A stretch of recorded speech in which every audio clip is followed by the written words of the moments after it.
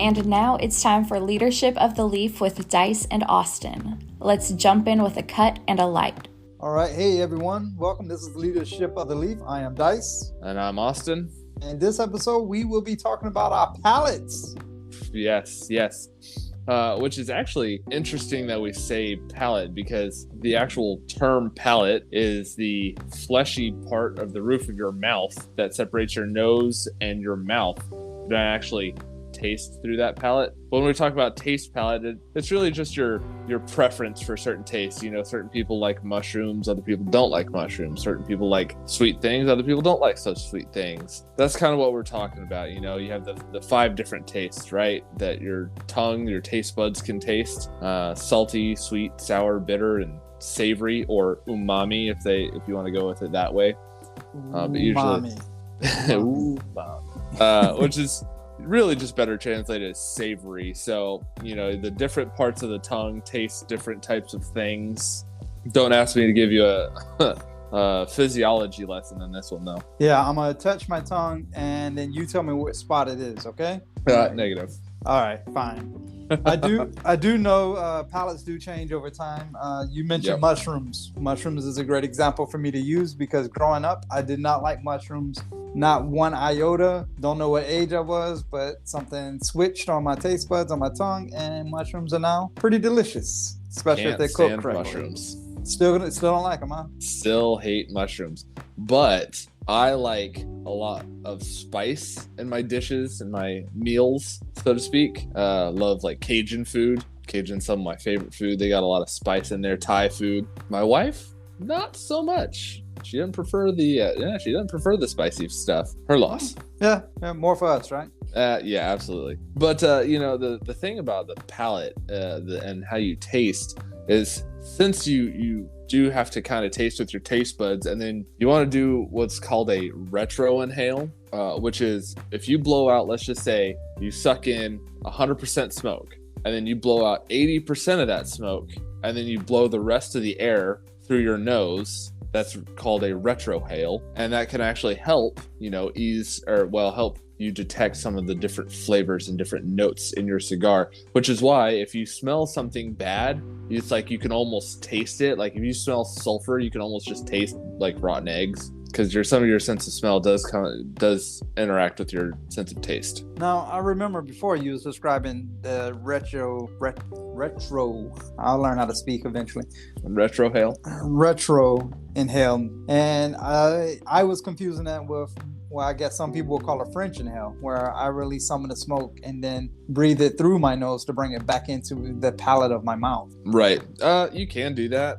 I think you get more as a retrohale because it prevents the cigar smoke from going down into your lungs, which is where you don't want to do that to cigars. Cigar smoke is not made to inhale, you cigarette smokers. It is not made to inhale. It is made to go into your mouth, swirl it around a little bit so you get those flavors, and then exhale it back out. Well, I have one important question for you, sir. Oh, goody. What the hell are you smoking today? Ooh, that is a phenomenal question. I am actually smoking the Undercrown sun-grown Robusto size, which is a great cigar by Drew Estate, one of my favorite cigar companies, probably of all time. You know, so I get a lot of spice from this, leather. I get a little bit of a cocoa-ish, maybe a nutty kind of component in this first third, but we'll see how they go. What about you, Dice? What are you smoking on? I am trying to enjoy this La Gianna that's done by United Cigars, and it's a 6x54. The binder and filler are Honduras, and the wrapper is Connecticut broadleaf. And I'm only mentioning the Connecticut broadleaf because we will definitely be bringing that up later. Yes. And as of right now, my first few puffs, it's a little creamy, and I can get some nuttiness to it.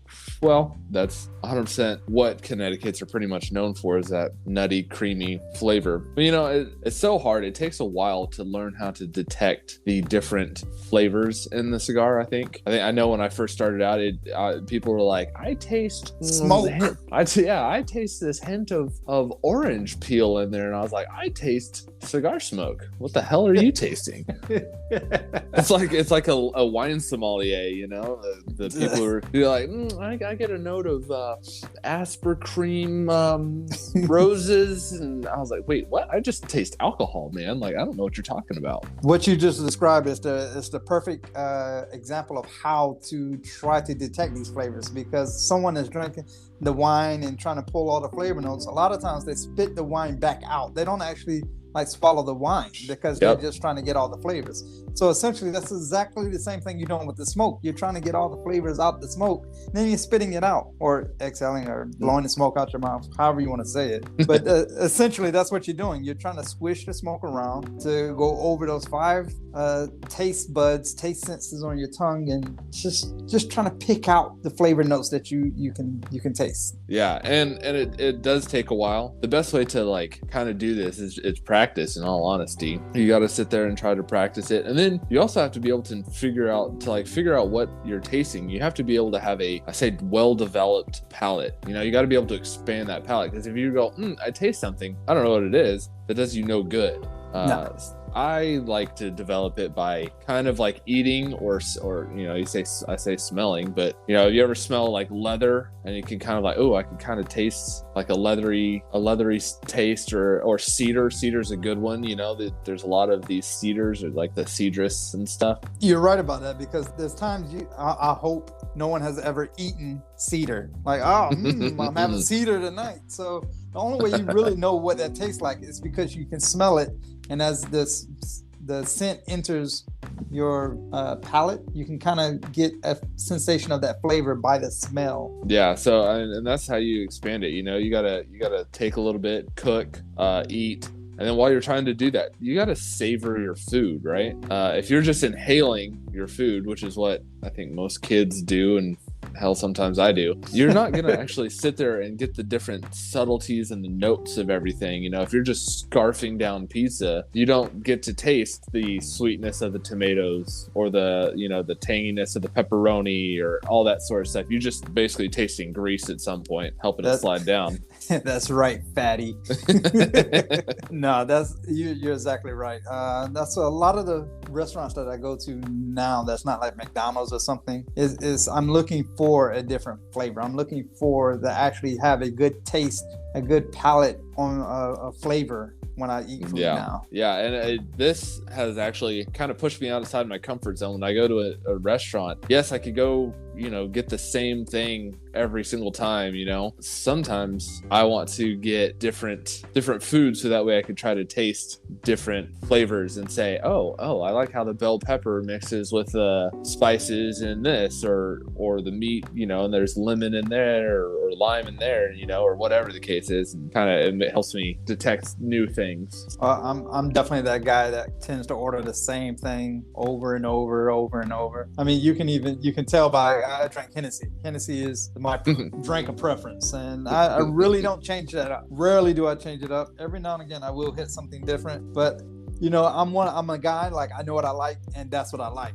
But I don't do that with cigars, because each cigar is a different exploration of the different leaves and the combination of fillers and where the tobacco's grown. And I'll just sit there and just try to pick out the flavors and see if it matches what the reviews and other people have claimed they have tasted. The flavor wheel, so to speak. Yeah, you know, it's funny you bring up that flavor wheel. When I was trying to look up stuff at one point I think it was for a paper, I actually came across that flavor wheel, and it starts, you know, you get the interiors. It's all divided up into sections where it's nutty or earthy or whatever, and it has different, like, it goes out finer and finer to different, you know, cedar or wood or pine or, you know, whatever. And it's like, oh, that's kind of interesting. See if you can detect all those different things. But so since you're speaking of Hennessy, I assume that's what you're sipping on tonight. You already knew the answer to that, sir. How about yourself? You normally change it up? I do. This week I have my Glenfiddich 12. I'm still kind of working through that bottle.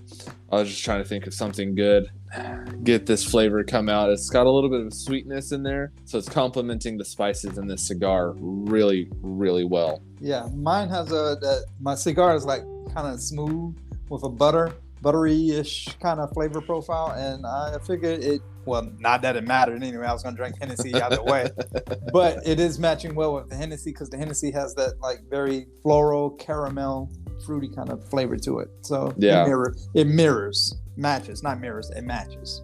Well, yeah, there you go. Well, I mean, Connecticut, they're known for nuts. Maybe a little bit of cedar, buttered toast, cream. They're usually naturally pretty sweet and creamy and succulent type flavors. Now, I will say in this episode, as a somewhat of a disclaimer, there are more flavor profiles out there than what we're going to go over, because under the umbrella of Connecticut, you have Connecticut Shade, Connecticut Ecuador, Connecticut Habano, Connecticut Sumatra. There's a bunch of different Connecticut's. So these are just overarching themes that we're kind of trying to hit the main points of everything. So please don't send us hate mail saying you guys missed one. We know. Trust us. We were trying to get everything in, but we want to keep it to a certain amount of time. Otherwise, we're going to be here all day. To piggyback on that, I mean, just flavors and all that is subjective anyway. So you smoke in Connecticut, you get almonds and cashews. I smoke Connecticut, and I get more peanuts and pecans. I mean, yeah. Now I will say Connecticut's I would almost say universally go really, really well with some coffee. That's usually what I like to pair my Connecticut's with, is some nice coffee, and that the bitterness of the coffee complements the smoothness and the creaminess of the Connecticut, and that's usually the best pairing I get with Connecticut's for sure. Yeah, I agree with you on that. Most Connecticut's that I've had have been like a creamy, smooth, and it just goes well because I like my coffee dark, so it kind of is my coffee creamer, so to speak, with my coffee, and it just works great. Yeah, absolutely. So with that being said, since we already kind of jumped into the different flavor profiles, man, like I said, these are just basic ones, but I want to jump into one that was actually by request of a Cuban cigar flavor profile. Now, I will say this is a kind of a hard one to do, being that Cuba is diverse and their flavors are equally diverse. However, the main points is they're kind of earthy. They're definitely more of an earthy type flavor with like usually cocoa and wood, like a cedar or something, and some spices. You might get a whiff of cream here or there, but that's usually what a Cuban cigar kind of tastes like. Now, that being said, this all has to do with what binder, what filler is all put in that cigar. But usually Cubans are about that kind of flavor profile. I had one recently. A friend of mine brought it up from Mexico, and it actually was a Cuban. Sorry, people.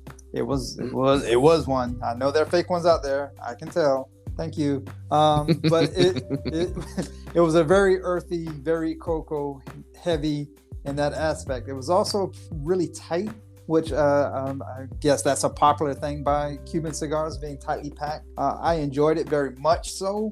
It's just I didn't want to really enjoy it because it's not something I'll be able to get on a regular basis. Right. It was like a 1 in 100 million that a friend of mine just happened to bring one up from Mexico. Yeah, well, and I mean, there is cohibas. I'm talking about the red dot cohibas, not the faked millions of fake cohibas out there with the lady in the cohiba band, and it's all faked. Trust me, we get it.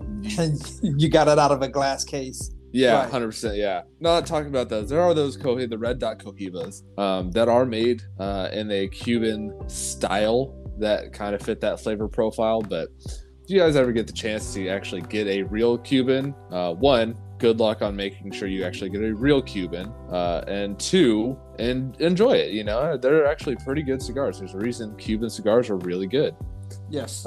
That being said, I usually kind of go for, I would say, a Habano. Habanos are probably some of my favorite cigars. This sun-grown is a Sumatra Habano kind of blend. And a Habano is usually earth and coffee with a little bit of wood and spices. That's delicious.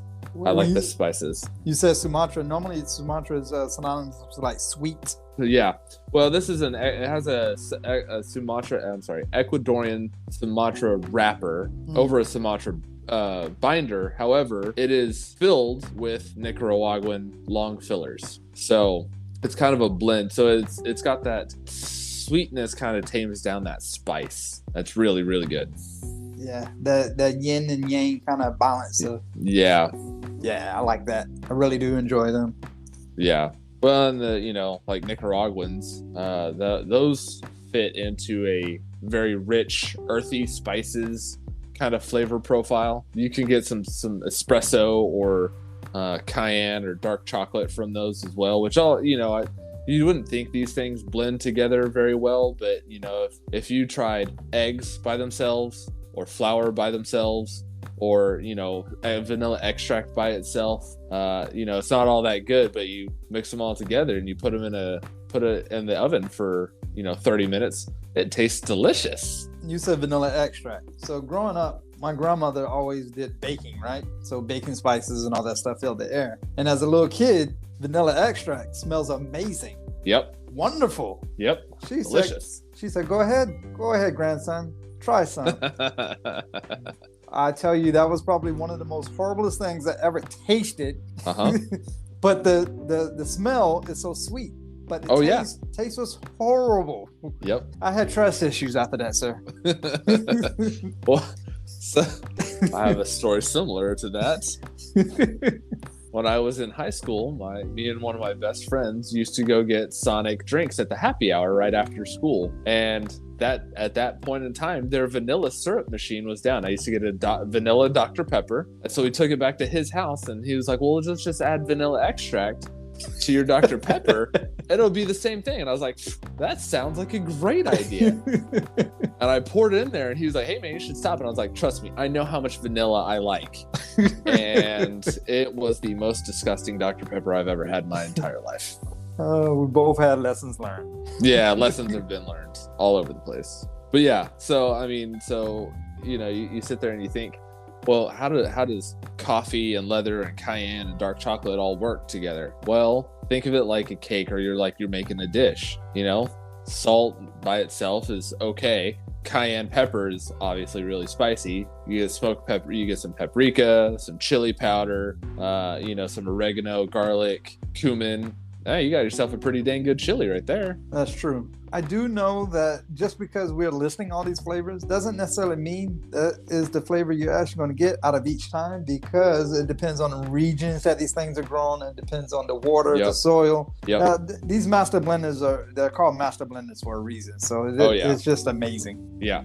These guys. I watched an interview with Steve Saka, who's a master blender for Dunbarton Tobacco and Trust. And he was Drew Estate, right, beforehand? Yes. And he was talking about it, and I want to say, I could be wrong, so please, if you're listening, any master blenders, please don't shoot me in the face if I see you. But they smoke, when they're blending stuff, they will smoke that leaf by itself. They'll smoke like about 8 cigars a day just on these different single flavors of single like tobacco leaves, to try to get those flavors and say, okay, now I want to try this one with that one and see how it works together. And they'll wrap them up a short cigar, they'll smoke it, and they're like, okay, that flavor tastes good or it does not taste good. And then they just keep going throughout that. And they're smoking like many, many, many, many cigars throughout a day when they're trying to blend a new blend to put out for a new product. And it's just ridiculous how much tobacco these guys go through. The Undercrown decked out, Undercrown 10. Yeah. You can buy a special box that it comes with those little short cigars you was talking about that is rolled, so you can sample each of the flavor of the fillers that they put in their cigars. It's actually a pretty cool box. I wish I had the spare change to buy a whole box, but I have only been able to look at pictures and see it in the actual brick and mortar. I would love to buy that box as well, but again, change is not there for me. But if one of our listeners wants to buy us a box, we would not say no. I can't say no. Yeah, just throwing that out there. I think we should hit on something that's going to be coming up. The type of cigar is going to be coming up very popular here next month, and that would be a Candela wrapper. Candela, yes. Now these are interesting. They're normally green, right? Yep, these are green wrappers. So St. Patty's Day, everyone wants a green cigar because everything is green, including the beer, as well as the green eggs and ham. Sam, I am. But usually these Candela wrappers, they give you hints of like green tea or cedar. And I did, when I was doing the research I was just trying to figure out how they make them green. So what they do is they harvest the plants early and they dry them out really quick before they lose all their chlorophyll, which is the things that make plants green. So they that's how they make them actually green. So they're a little bit more moist. They're a little bit more subtle of a cigar. Yeah, I don't really see Candela being smoked that often. So, Austin, if you agree, I think we should probably do St. Patrick's episode, smoking a Candela. I would 100% agree to that, and I actually look forward to it because, to be fair, in all honesty, I have never actually tasted a Candela cigar. Well, there we go. I've seen them, I've smelled them, I've asked people what they've talked about, what they get, but I've never actually smoked one for myself. Perfect. Then that's going to be on the lookout for a bonus St. Patrick's episode. Yes, very much so. I look forward to that. We'll try not to be too drunk and not slur our words, green beer and all. Maybe I won't drink green beer, but how about an Incredible Hulk? There you go. All right. Incredible Hulk is Hennessy and Hypnotic for those that don't know. Yeah. Caribou Lou. Oh, yeah. Zombie juice. Okay, I'm down. All right, one of these wrappers I like to say because it's a fun way to say it, and I think I butchered almost every time I say it. The Carrillo. Yeah. Close enough. Sure, let's go with that. That one is normally pretty sweet on the lips. It's notes of molasses. And depending on how they store it and everything, you have cedar and coffee beans.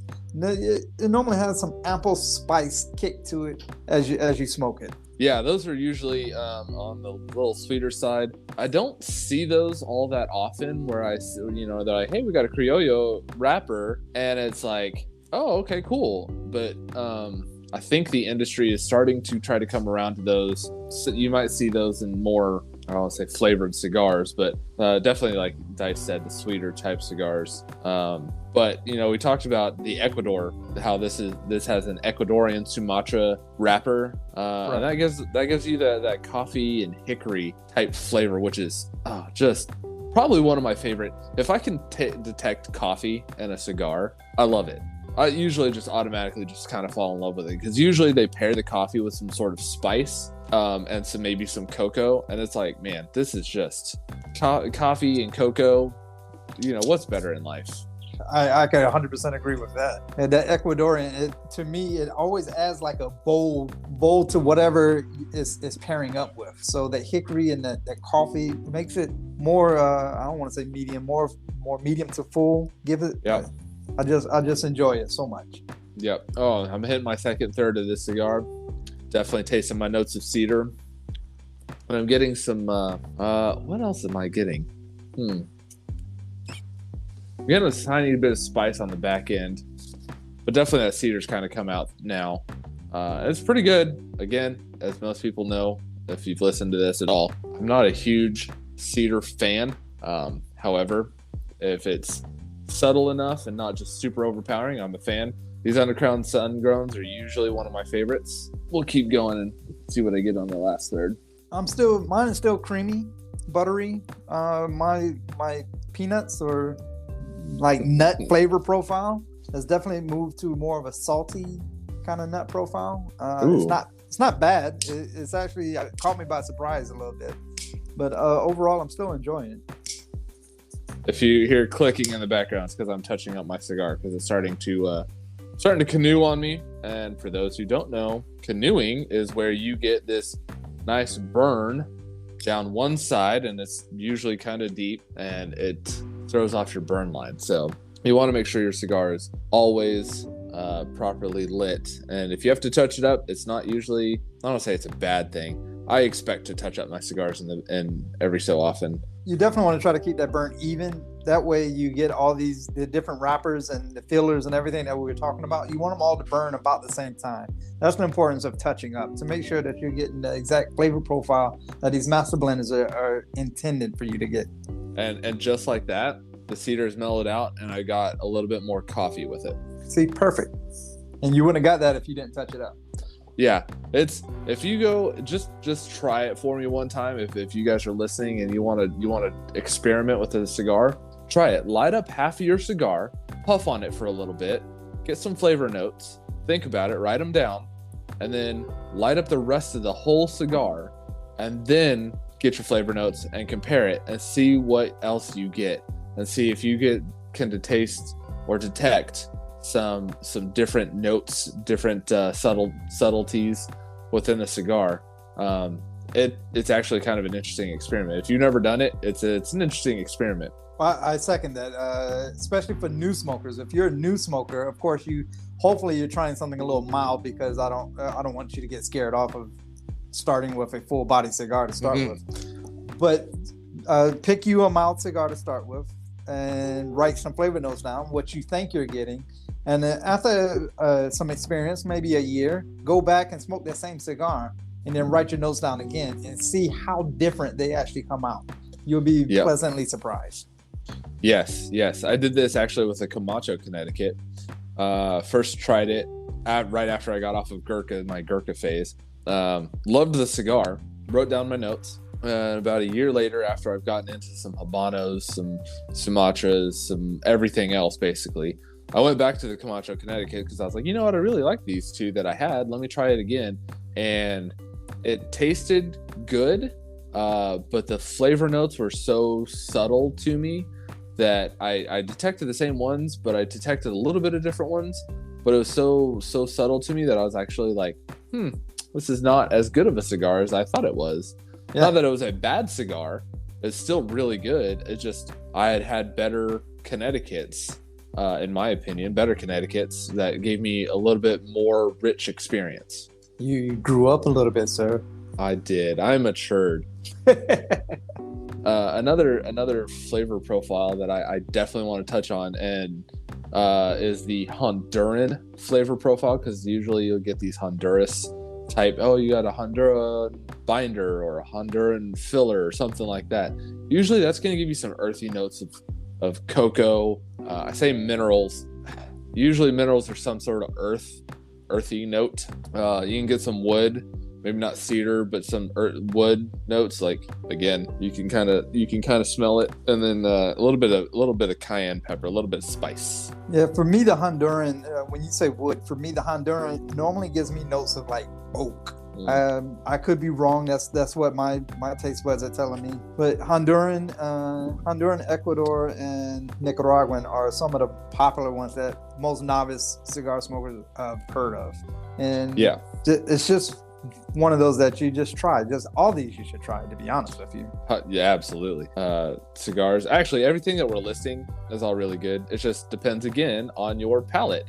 If you like mushrooms, you might like one cigar over the other. Somebody else who doesn't like mushrooms or doesn't like that spice or that woody flavor. You know what's funny to me is every time I get this wood note, and if I go try to pick out the exact type of wood that I'm tasting, I immediately go back to my shop class in high school or working with my dad, and where I'm cutting some wood and I'm getting all this sawdust up in the air, and I'm kind of inhaling it or something. You just get that smell and kind of that taste in the air, and that's usually I'm like, oh yeah, that tastes a little bit like pine, or ash.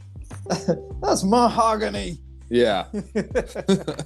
So that's usually kind of, if you do that sort of stuff, it's experiences. All of these flavors are, in my humble opinion, come down to how much have you experienced in life. Can you pick that stuff out because you've experienced it? If so, then it's great. If you haven't experienced something like that, it took me a while to pick up on what white pepper was. I actually went and bought some white pepper. I have it in my cabinet. And I cooked with it because I didn't know. I was like, everyone says I should taste white pepper. What does white pepper actually taste like? And I put it on something that I knew the flavor of, like eggs. I was like, let me try some white pepper. And I was like, oh, that's what that taste is. Got it. Now I know what white pepper taste is. Yeah, well, if you're anything like me, once you figure that out, I knew what white pepper was. But once you figure it out, then when you actually taste it in a cigar, you don't go, oh, that's pepper. No, you can actually be like, oh, that's black pepper. That is white pepper. That's spice. That's cinnamon. Because now I can tell the distinction between black pepper and white pepper. Yeah, absolutely. And it comes down to these, what have you experienced in life? Have you experienced these different flavors or smells or whatever have you, then you can probably detect it. If you haven't, then you need to probably go try to savor your food, slow down on chomping through your food, and savor it and try to detect the notes that are being presented to you. We talked about it, I think, on our TPES episode about the Oscuro. It's one of my favorites, sir. Yeah, that will give you actually peppery notes of caramel or caramel, if you will, an espresso, and some sort of sweetened hickory.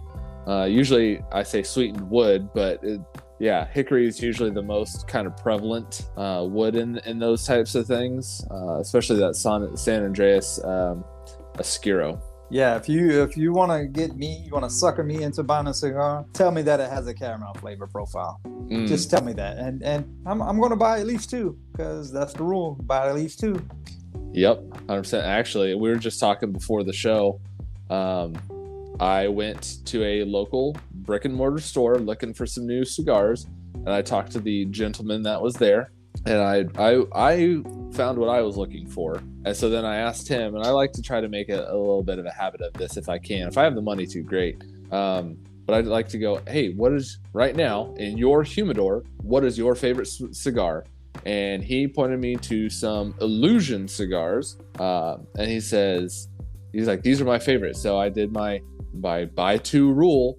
And I was like, yep, we got to get two, right? And he started laughing. And he goes, that is one of the best rules to live by when you're trying new cigars. And I was like, ha, yes. Not giving bad advice out here. All right, we're doing good.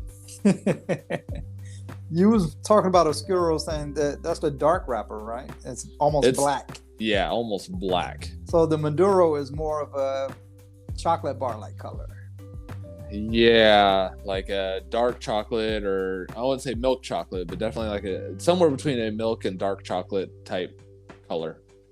Maduro will kind of give you some of the same notes. It's more of a undercurrent of spice with some sweetness to it. So a lot of times when you get that peppery chocolate flavor to bring in a spicy kind of taste, normally it hits for me it normally hits near the end of the cigar, but that chocolatey pepper spice taste is quite pleasant.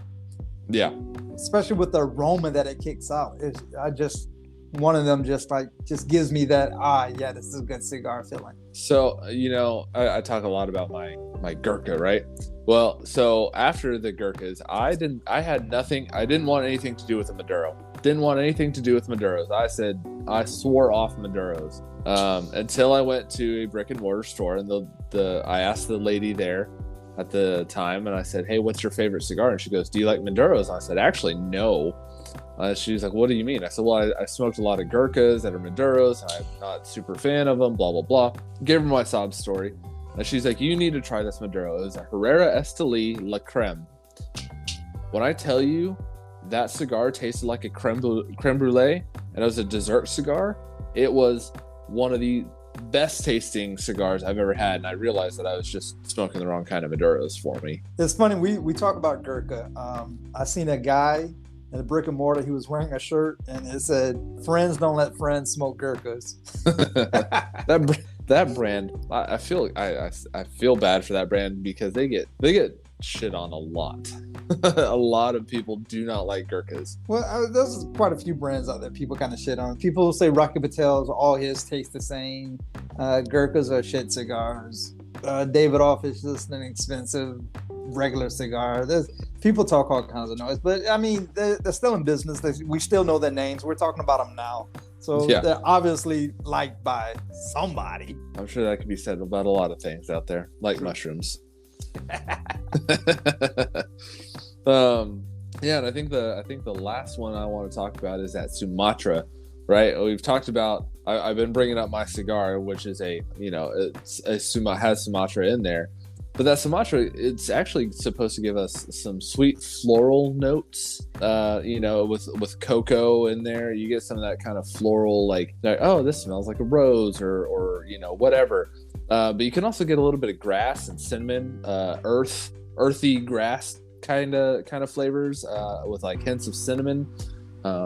They're really good. Sumatras are some of my favorites by far. I think a Leaf by Oscar does a Sumatra, right?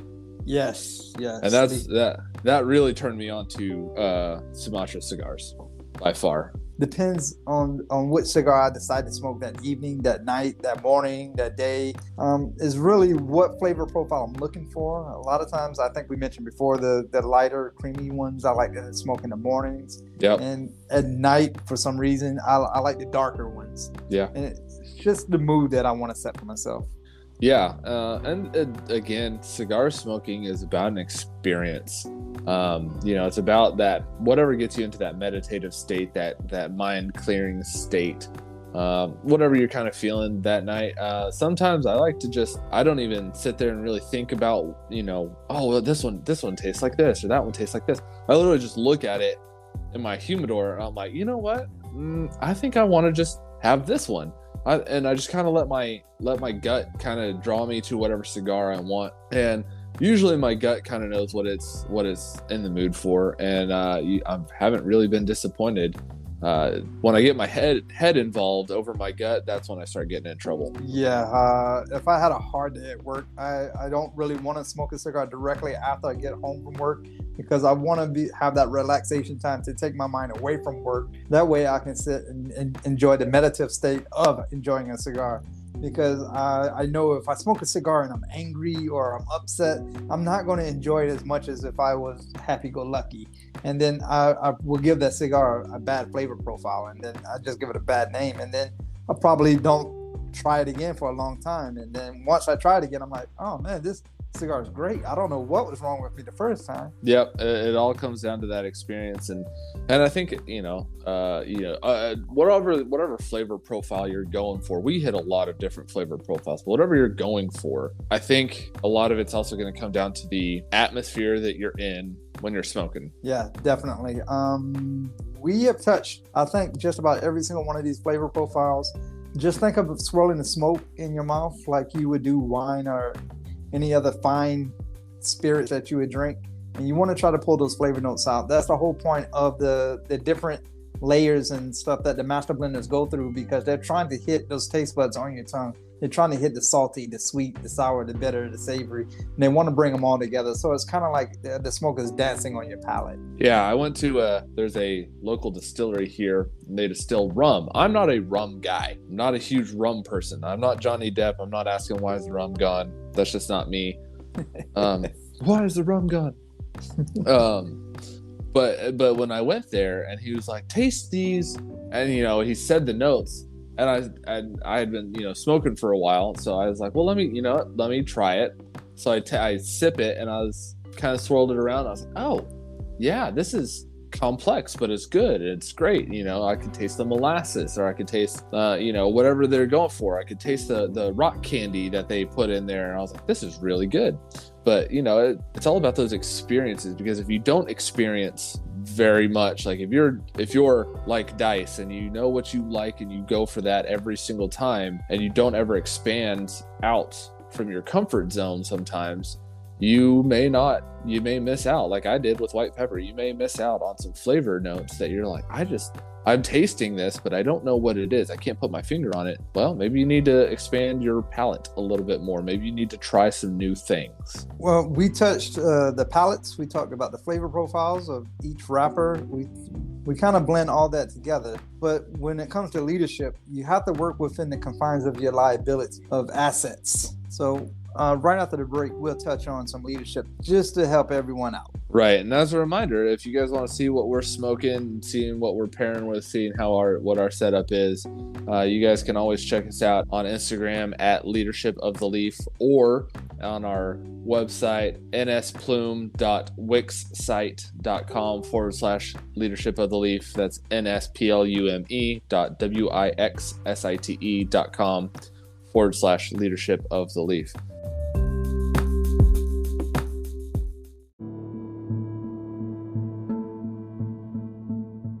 Hey, Austin. Yeah. Hey, I know you was doing this leadership of the Leaf podcast, and you were smoking on some cigars. Absolutely. I'm curious, how would I know what cigars you're smoking? Oh, that is a phenomenal question. At the beginning of the episodes, we always talk about what cigars we are smoking. But if you want to see a picture of what the band looks like, because maybe you can't find it or we didn't explain it good enough, you can always go to our Instagram or our website, and we'll post pictures of what we're smoking and usually what we're drinking with every episode.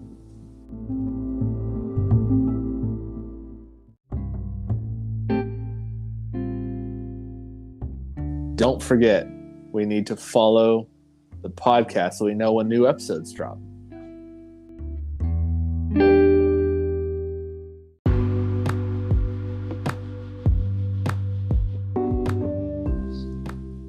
All right. So, leadership. This is something I think when I was growing up as a leader, it was very, very difficult for me to do. But I always heard you say one thing, and it stuck with me. I think this stuck with me all, ever since I heard it. But you're always telling me, I got to assess the situation, coach. Correct. That's all about roadblocks that you perceive, or anyone, whatever is blocking your path. Yeah. If you're working within some confines, whether that's the confine of deadlines, like we talked about in the last episode, confines of personnel, experience, skills, whatever that may be, you got to make sure you identify what your problem is. What's keeping you from making your project, your whatever happen, your goal happen, whether that's, and sometimes that's yourself. Sometimes you got to get the heck out of your own damn way. That's when you sit back, and after you identify, as you said, you have to assess the situation.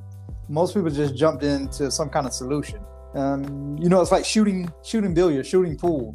Like, your first shot is normally not always the best one to set you up for the next one. No, but I mean, I've shot a lot of pool in my day. Used to go every week and play. And when I used to shoot, I may not have had a great first shot, but if I could make that first shot, I was always set up for a better second shot. Yeah, you have to look at the whole table. Yeah, and kind of formulate a game plan. I had to assess the situation. And then, whenever you assess that situation, you think about it from all the different angles. Not saying you're going to be able to make every single different angle. You can't, leaders can't be paralyzed by lack of information. In today's world, most of the time, you're going to actually have to be able to make a decision based on 70%, having 70% of the required information, I would say. Essentially, you're going to utilize all the tools that you have available for you at that time, that conjunction of your assessing the situation, because you can't go take a screw out with a hammer. You have to assess the situation, utilize the tools provided, and see what is your best options to get around this roadblock. How many different options do you have? Right. And that's the thing, even if you don't have all the information, you don't have all the things, if you can stay flexible enough to do what you need to do, to bypass that, or if you made a wrong decision and you stay flexible enough to be able to make the right decision once you have better information, then that's kind of the key. Yeah, the worst thing you could actually do in a situation is not making a decision. Yeah. Because without making a decision, then there's no way to get around or get through or bypass any kind of roadblock that's there, because now you're just sitting stagnant. Right. And that's the thing for me. I've sat here and you can advise, and it's very frustrating for the people underneath you if they're advising you on the situation and they're looking to you to make a decision, and you're paralyzed by indecision or lack of confidence or whatever the case is, then it's just frustrating for them. It's just as frustrating, if not more frustrating for them, I would say, than it is for you trying to make that decision. Correct. The team that I like to focus on when I'm assessing a situation, where I want to try to gather all my information from, I commonly refer to that as circle of bosses. You're all brothers of the same struggle. So your circle of bosses is that core group that's going to help you navigate any kind of roadblock or decision that you have to make.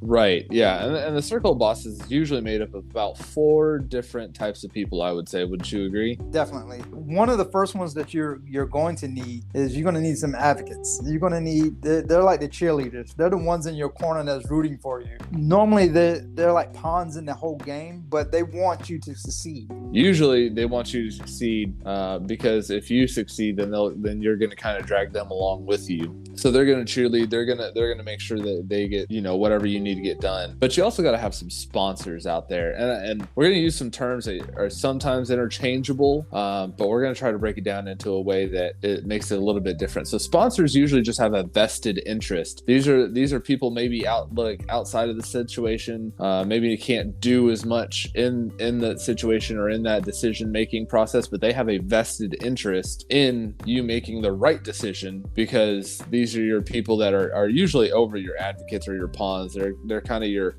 if we're talking chess, right? They're going to be your knights or your rooks or something. Yeah, they're usually someone that if you succeed, it's just going to help them out in the long run. Kind of like you said, knights, pawns, kind of like your boss. Like your boss, if you succeed, you're going to make him look good. If I sell 300 properties, he's going to make his money back and some. So he wants you to succeed as well. Yeah, absolutely. And that's the thing, you gotta, if you have somebody that doesn't care about you and they have a vested interest in somebody else, then is that person really giving you good advice, or are they looking for you to fail? And I call those snakes in the grass. Because you got to keep your lawn cut so you can, in order to see the snakes over your advocates, over your sponsors, over your coach and mentors, because the snakes will come as a disguise in either of those forms. Yeah, like a wolf in sheep's clothing. And those snakes are most likely going to start trying to work against you and steal away your advocates and make them advocates for them. Right, they're going to pull your cheerleaders away. The best way to look at like cheerleaders and sponsors, the cheerleaders are the ones if you're running a marathon, they're the ones on the side holding signs up saying, go, you can do it. You're halfway there, and those are the cheerleaders. Your sponsors are the ones at the end that's going to give you the water and give you your gold medal for finishing. The snakes in the grass is going to try to lead you off the path, so you start running the wrong way. So you just got to be mindful of who's trying to keep you on the right path. And that's, it's so hard to determine nowadays. And sometimes you end up listening to the wrong people. It happens. But again, if you stay flexible enough and you've listened to the wrong people, you need to be able to stay flexible enough to say, hey, I listened to the wrong person. That's my bad. Don't double down on the wrong decision. That's just going to lead you further down the wrong path and frustrate everybody underneath you. Be an adult. Be your own person and say and be strong of character and say, look, I messed up. I made a wrong decision. I need to make this decision, and I'm now going to go on it. Even if you start late, it's better than not starting at all. That is, yes. Part of the team that's going to help you out in the circle of bosses is also going to be your coach, and your coach is going to be hard to tell the difference between your coach and your mentor. Your coach is the one that's going to do the heavy lifting. Your coach is the one that's going to run the plays with you. Your coach is the one that's going to help you lift the barbell. He's going to do the heavy lifting with you. He's going to be by your side. He's going to be the one in your corner with you, ready to jump in the fight right there with you. Yeah, they're the ones that are with you day in, day out, night in, night out, saying, hey, this is how we need to make this play. This is how we need to, do these things. And they're sitting there working with you when nobody else is sitting there working with you, because they care that much about you. They may not even have a vested interest in you succeeding. You succeeding could do nothing for them, but they care about you, so they want you to succeed. That would be a coach. Right, because the advocates not really going to be hands-on. The sponsors are not going to be really hands-on, but your coach definitely will be hands-on. Mm-hmm. And that last person, the mentor, this is the person that's just been there, done that, seen it, got the t-shirt. They're the person that's like, hey, I will help you. And they may be helping you and many others like you, but they're willing to share their knowledge of, hey, I've been in this situation before. It does get better. Here's how one way you can make it better. Ultimately, it's going to be your decision on what you want to do. Right. Your mentor is the one guy that's like, I want you to learn from my mistakes. I want you to learn from how I have already failed. I want you to succeed past where I was, because I've already made all the wrong decisions. And this is what you need to do. because I've lived it. I've been there, as you said. I got the T-shirt. Now, utilize my wisdom for your advantage. And those people are great. Sometimes I think the best mark of a leader, or really of a person in general, is if you can learn from other people's mistakes, then you're already better than a lot of people. Some people go, just because it happened to that person doesn't mean that it's going to happen to me. That's not always true, like, just because Johnny got caught speeding on this road doesn't mean that it's going to happen to me. Well, that cop's still sitting there, Yeah. He's still waiting for you. Yeah, that's a great example, because the wife and I will travel down the same road, and she'll be like, hey, I've seen cops sitting on this road all the time. It's probably not a good idea for you to actually speed. And I'm like, all right, I got you. And I didn't learn from her mistake, but I learned from her watching others make the same mistake, speeding down that same road. So, I mean, that's a small episode of a mentorship.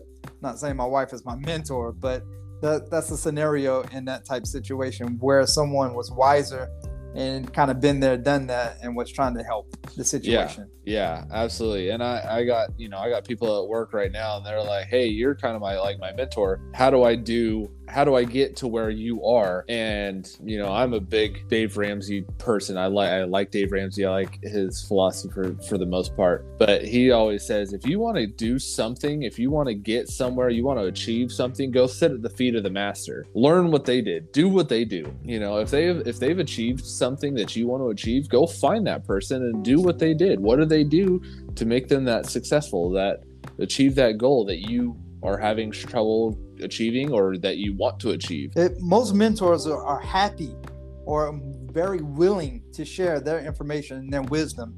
Most mentors do not want to keep all that bottled up, because they've been there, they want to share their information with the world in order for everyone to succeed. I mean, a mentor is not doing it for themselves. The mentor is doing it for the masses. Yeah, and it's now more and more I have seen less and less mentors out there, because that actually want everybody to succeed and want everybody to be in a better place. A lot of times what I've seen is these people that hoard the information for themselves, and they're like, well, I don't want you to surpass me. I want to still be ahead of you. That's really not the best attitude to have, because for me, my goal is to always train my replacement. So if I'm hoarding my information, if I'm making everybody else around me have to go through me, then what happens if I go down? What happens if I leave?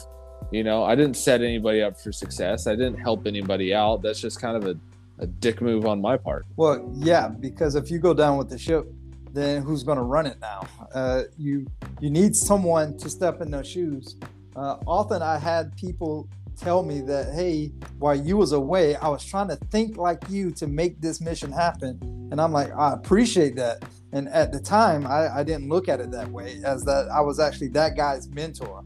But I can see now, as I'm getting older, that the examples that I was setting, that I was showing forth, and the wisdom that I was sharing with a lot of the younger guys coming up, they actually was taking hold of that and utilizing it, and trying to figure out how they can assess the situation, how to identify their roadblocks. A mentor is going to express those items to anyone that's really willing to listen. Yeah, and usually that mentor is going to breed other mentors, because if they share their information and their knowledge, then when their student comes up, then that student is going to be like, well, I want to be like my mentor, so I'm going to be just as willing, if not more willing, to share my information with whoever will listen. And the mentee is always going to pick the mentor. That's just how it works. You can't force. You can lead a horse to water. You can't make them drink. Oh man, you can lead a horse to water. You can't make them drink. You can even push their head down in the water and hope they drink, but sometimes they end up drowning. Fucking love that analogy. Yeah, it's just crazy to me, because I have begged people to use my knowledge before. I'm like, please, I have been in your situation. This is all it takes for you to turn around this situation. And they're like, whatever, you don't know what it's like. You've never been in my situation, whatever the case happens to be. And it's like, come on, man. I may not have been in your exact situation with the exact variables that you're going through, but I'm not dumb. I'm not an idiot. I've been in a very similar situation. Or not necessarily been in the exact similar situation, but you've been around someone that's been in that similar situation, or you live with someone that has shared stories with you of wisdoms of stories past, like the Aesop fables and stuff like that. They didn't come from out of nowhere. They come to teach a valuable lesson, and those stories are passed down and passed down and passed down. So a mentor is someone that's going to collect all that wisdom and share it with everyone that's involved. So eventually your advocates and your sponsors and your coach will eventually achieve the level of where they will actually become a mentor. But at first you have to be a cheerleader. At first you have to be someone that's invested in someone else's future. And of course, you got to be able to teach, you got to be able to coach. So you have to be able to do all these items before you actually fall in the category of being a mentor. Yeah, and it also comes, I would say the mentor stage comes usually with a little bit more age, position, whatever that case happens to be. It's very, very hard for you to be a mentor if you're the same position as somebody else or you're the same age as somebody else.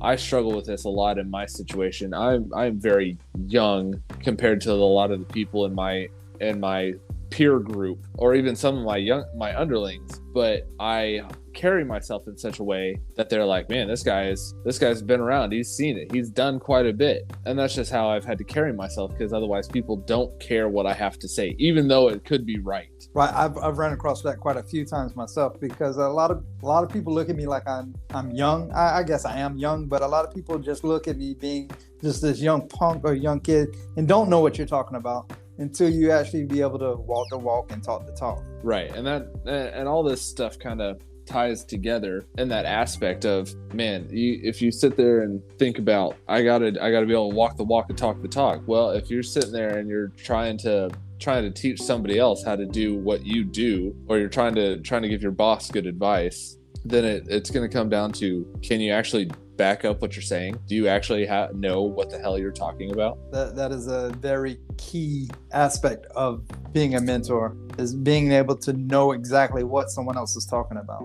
Right. And that's the kicker, is, you sit there and you try to go through these things, and you try to make everybody happy and make everybody's lives better, because it makes the whole, whether that's your business, your organization, your shop, your whatever, better. That's great. But sometimes it doesn't always work like that, because some people just don't listen. They don't, they got to learn the hard way. That just sucks, because you see them go down that path, and it is what it is. But right. Can't do it all. The role of a mentor doesn't necessarily have to be someone like the master splinter of everyone Ninja Turtles. Your mentor can be someone that you just know that they've been through that roadblock before, and they have already assessed the situation. So you just kind of bend their ear a little bit to figure out, have they been to that roadblock before? And then how did they assess the situation? Because at the time frame of when they assess the situation, it could be completely different from the time frame when you assess the situation. But it might open your eyes to see something that hasn't been seen before. And then that gives you more options to bypass whatever roadblock that you're seeing. Yeah, I mean, it's impossible. I will say that it is impossible for every single person to know every single aspect of whatever roadblock they're going to. You can't have seen how something is going to happen. No matter how good you are, you just can't see that until you've gone through that situation. You're like, oh, got it. That's what they're talking about. That I did not expect that, but this guy, he told me that was going to happen, so I was able to plan for it. Right. I had a car that was broken down. Took it to one mechanic. He says, oh, it's the starter. Took it to another mechanic. He says it's the alternator. Took it to the third mechanic, and he was like, I've seen this a million times. I know exactly what it is. It's your battery. Your battery is not charged enough. We changed out your battery, brand new one, and everything will work like a champ. And the third one was correct. The one that says he's been there, seen this 100 times.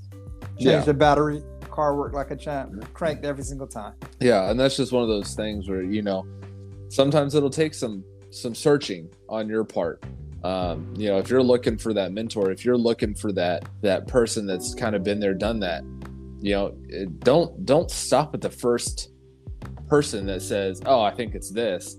I think I've seen this kind of before. I think it's the starter, or whatever the case happens to be. Go get a second opinion. Go get a third opinion, a fourth opinion. It never hurts to get another opinion. The only thing that's going to hurt is if you're taking too long to get those opinions. getting the opinions is all part of the step of assessing the situation. You have to do that when you're selecting coaches. You got to do that when you're selecting mentors. All that is part of assessing the situation in order to move into the right direction, to bypass whatever roadblock, whatever it is your dilemma at that time. And that's just, it can be so difficult trying to figure out what the right step is, because you don't want to make the wrong step, but at the same time you have to make a step, and that's, you just gotta sit there and go, okay, well, I think this is what I got to do, so I'm gonna go in this direction, but if need be, I can always change, I can always reverse and go to a different way, or sidestep to the left or the right a little bit, and then I'm on the right path. The only drawback to all the information we're providing, it goes back to one of the first things we said, is utilize the tools that's available. So sometimes your mentor is not going to be available. Sometimes you're not going to be able to find that right person, and you're going to have to assess the situation alone or with the best data-driven knowledge that you have at that time. So now you actually will become the mentor for the next person that has the same scenario that you actually have.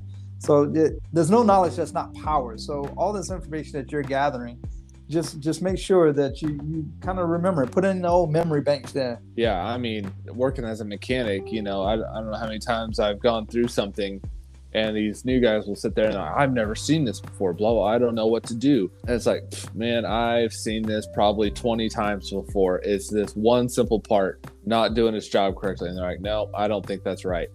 I'm telling you, that is your issue. Again, whether you decide to take my advice or not is completely up to you. But this is what the issue is. Yeah, from my experience, when that happens, they change widget A, didn't fix it. They change widget B, didn't fix it. Then they're like, okay, my mentor said change widget C. I don't think that's gonna. Oh, that fixed it. Oh man, he was right the whole time. Told you. Yeah. And that just then you just goes back to proving that you can walk the walk and talk the talk. Yeah, you're not just spinning your wheels, but yeah, you're not just blowing smoke up people's asses. But that's what we like to do here on Leadership of the Leaf, right? We like to blow smoke. Yeah, putting smoke in the air, my friend. That's all we do. But yeah, this one it's difficult. It takes a lot of time to know who's on your side and who's just using you for their own personal gain. And sometimes you don't see it until it's too late. Sometimes you see it well in advance and you can take steps to counteract or whatever the case is, or whatever happens. But it's just everything, you got to go through those situations, or you got to find somebody who's gone through those situations to kind of help you out. Right. You have to find that right person. Just snakes in the grass, you keep your grass cut so you can see them. They're all around. Either they're there for their own benefit, or they actually are somewhat jealous of you, and they will try to pull you down in order to be leaps and bounds over you in the long run. You have to just pay attention to your surroundings. Keep a tab on who you can trust, who you can't trust.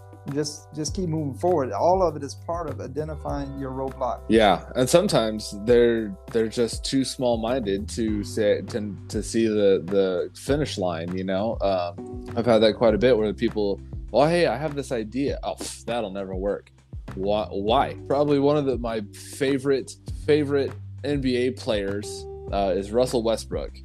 He's not the best player by any means. I got that, but his saying of "why not" is one of my favorites. Why can't I? Why not? Oh, you can't average a triple double. Why not? You can't get 42 triple doubles in a season. Why not? Why can't I? Who says that?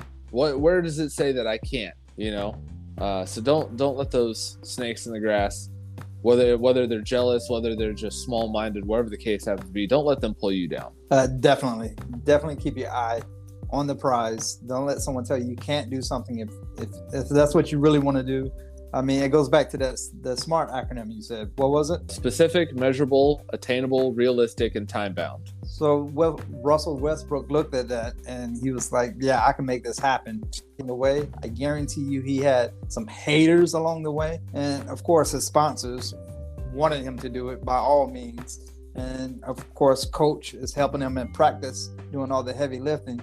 And he had to get some mentorship from someone, somewhere along that. and say, yes, son, you can do this. Right. Yeah. I mean, Russell Westbrook, when he was with the Thunder, if you were putting it in that situation, his advocates would be his teammates. His sponsor would be the owner, or general manager, Sam Presti. His coach is Billy Donovan, at the time when he did that. It's going through the practice and everything else. And I would probably venture to say that his mentor would have been Mo Cheeks or Bill Russell, Definitely. Bill Russell's one of the greatest. Mo Cheeks, one of the greatest. Yeah, and those are the people that he sat there and he talked to and he listened to. He didn't listen, to the Charles talking heads. The Charles Barkleys. I was gonna say the Skips and the Shannons. Saying, "Oh, I can't believe that he's even trying to do this," or whatever. Oh, his numbers are inflated. We can argue that till the cows come home, but at the end of the day, he did it, and he's averaged a triple-double for several seasons before in a row, and it's just one of those things where he made it happen. Why not? Why couldn't he do it? So I would say the same goes for almost anybody out there. Why not? If you have a goal and your goal is to become the greatest widget producer ever, why not?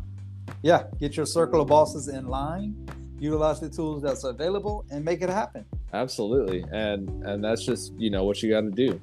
And it also comes with a healthy amount of sacrifice and working. You got to put in your own work. Not everybody can do it. Nobody can do it for you. You have to put in the work. Yeah, definitely. What's the saying? Prayer without action is just spoken words. Yeah. Well, it goes back to that, the resolution thing, right?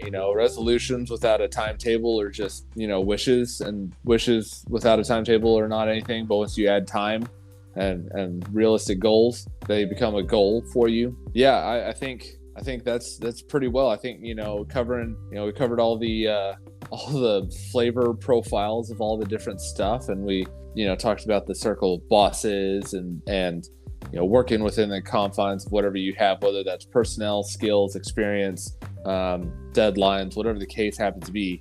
Get your people around you that are going to support you, that are going to make you successful in life. Make it happen, Captain. Yeah, that's what I'm talking about, baby. Making it happen. Throughout this the podcast, I appreciate everyone that's listening in. We will be working on our audio. We will be working on the quality and the sound, everything. Please bear with us. We will make this better. We will group together with our circle of bosses, and we will bypass this roadblock. Absolutely.